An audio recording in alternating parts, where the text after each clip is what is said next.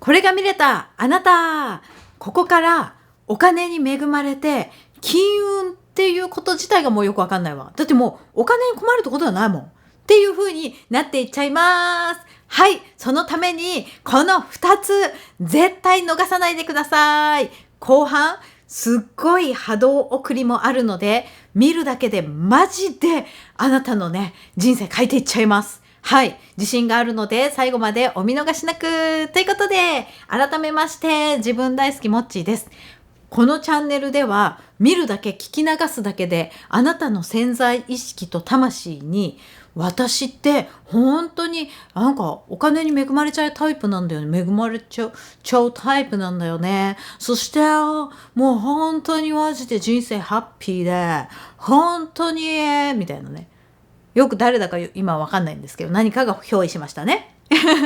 ということで、なんか本当にそれぐらいお気楽に人生が変わっていっちゃうので、ぜひね、チャンネル登録と通知をオンでお願いいたします。ということでね、今日は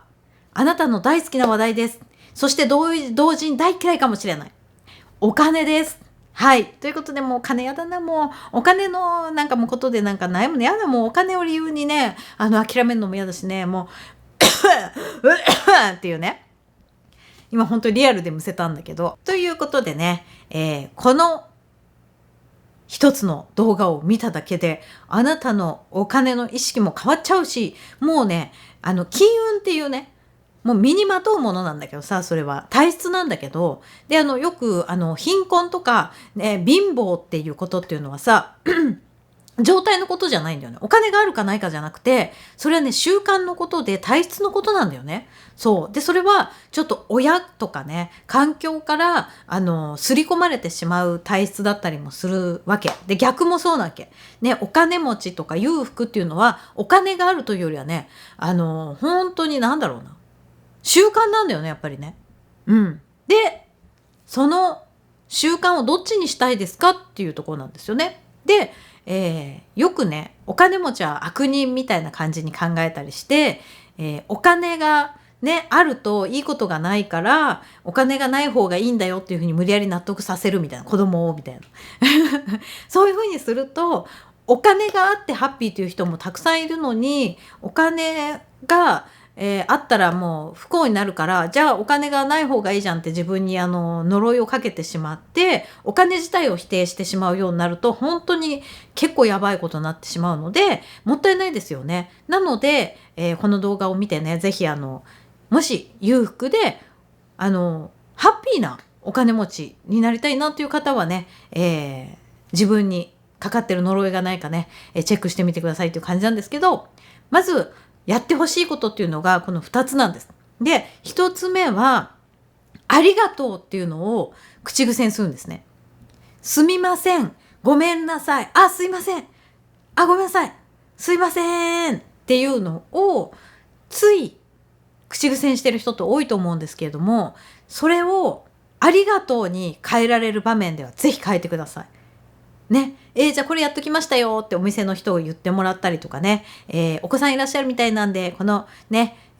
シート、こちらお持ちしましたって言われた時に、あ、すいませんって言うんじゃなくて、ありがとうございます。何でもありがとうございますに言っちゃって、私はもうちょっとありがとうっておかしくないっていうところにまでありがとうございますって言っちゃう時あるんですよ。なんか、嫌味になっちゃうみたいな。なんか相手が謝ってるの、すいませんなんとかでねとかっていう風に言ってくれるとするじゃないですか。今日はねすいませんちょっとこれが品切れでねとか言われるとするじゃないですか。そしたらありがとうございますとか言っちゃって、はみたいなちょっと反応がみたいな時あるんだけど、まあそれぐらいの勢いでありがとうをどんどんもうね口癖にしちゃってくださいね。できる限りすいませんじゃなく、ごめんなさいじゃなくね、もちろん謝るなっていうことじゃないですよ。謝るべきところですいませんありがとう、すいませんの後にありがとうございますにするとかね。はい。してみましょう。これはね、なんで、金運を上げるかっていうと、受け取る姿勢だからです。すいませんというなんかちょっとどっかよそよそしいでしょ。申し訳ありません、すいません、もうどんどん下がっていく感じがあるじゃないですか。でもありがとうございますって基本受け取ってるんだよね。相手のしかも好意を受け取ってる。ハッピー、ラッキー、ポジティブなイメージを、エネルギーを受け取るときにありがとうじゃん。だからありがとうって強制的に言うことによって、相手の、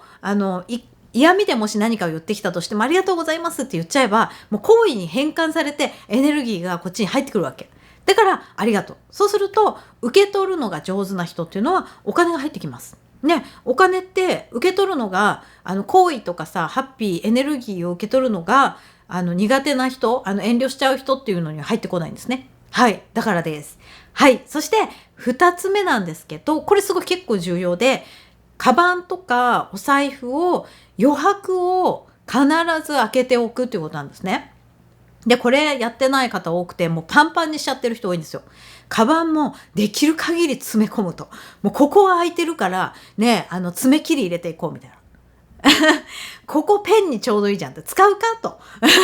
自分でツッコミ入れるんだけど、ねえ、タオル2枚使うかとか思うんだけど、つい空いてると、ポケット空いてると使いたくなるんだけど、あえての空きポケットを最低1つは置いておく。スペースで何か入るところを置いておくんですよ。そうするとお土産をもらったりとか、何かをね、もらったりっていうことがすごく、その出かけ先であったりするんですよ。それこそ検証にあたって、そこに入るものがもらえたりする。面白いでしょ。余白がないとダメなんです。で、お財布も同じで、それこそお金をいっぱい入れておくと金運が高まるとかね、お札にお札が呼ばれてくるって確かにそれはあるんですけど、それにしてもいらないね。じゃあお金は100歩譲って札束はいいとしよう。でも札束はちゃんとまた新しい札束が入ってこれる準備ができるぐらいの余白はありつつ、さらにカードとか診察券とか入れすぎ、あとレシート入れすぎ、それでもうモリモリになっちゃってパチってなかなかならないみたいな、なかなか閉まらなくてこう割れてきちゃうみたいなすると、確かにもう今のままでいいですってなっちゃうんですね。で貧乏までいかないかもしれないけど、これ以上には入ってこないっていうことになっちゃうのでね、ぜひ余白をね、カード入れも一つ置いとくとか、5枚ぐらいあと入るよぐらいのね、ポケットのところだったら5枚ぐらい入るよみたいな、お金だったら10万円20万円ぐらい余裕で入るよぐらいにしておいてください。はい、そうすると余白を開けると必ず何か入ってきます。で入ってきたらまたそれは整理してまた余白を開けておきます。ね、それはカバンとお財布でぜひね心がけてみてくださいということでした。はい、簡単なのでね、ぜひこの2つやってみてください。そしてこの後半ね、お金すっごい恵まれちゃう波動をお届けします。お待たせしました。はい、ここはねリピート再生できるように目次も入れておくので、ぜひね、何度も何度もね見てみてください。はい、ということで、波動送り行く前にですね、私の公式ショップ、ミロクジャパンというのがね、下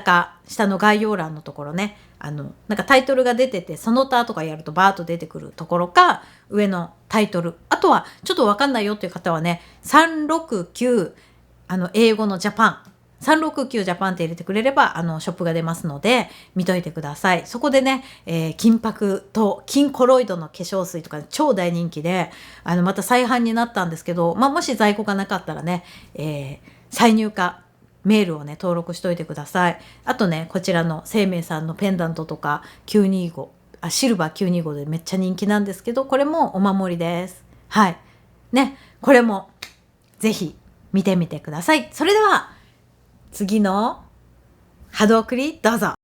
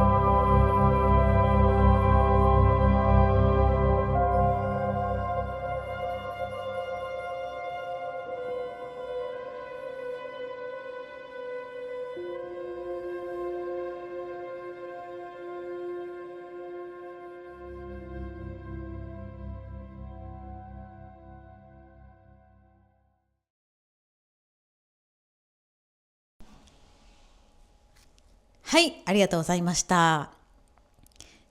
どう感じましたでしょうか。どんなね、波動に感じましたでしょうか。ね、強い感じ、優しい感じ、ね、ハッピーな感じ、どんな感じでしたでしょうか。はい、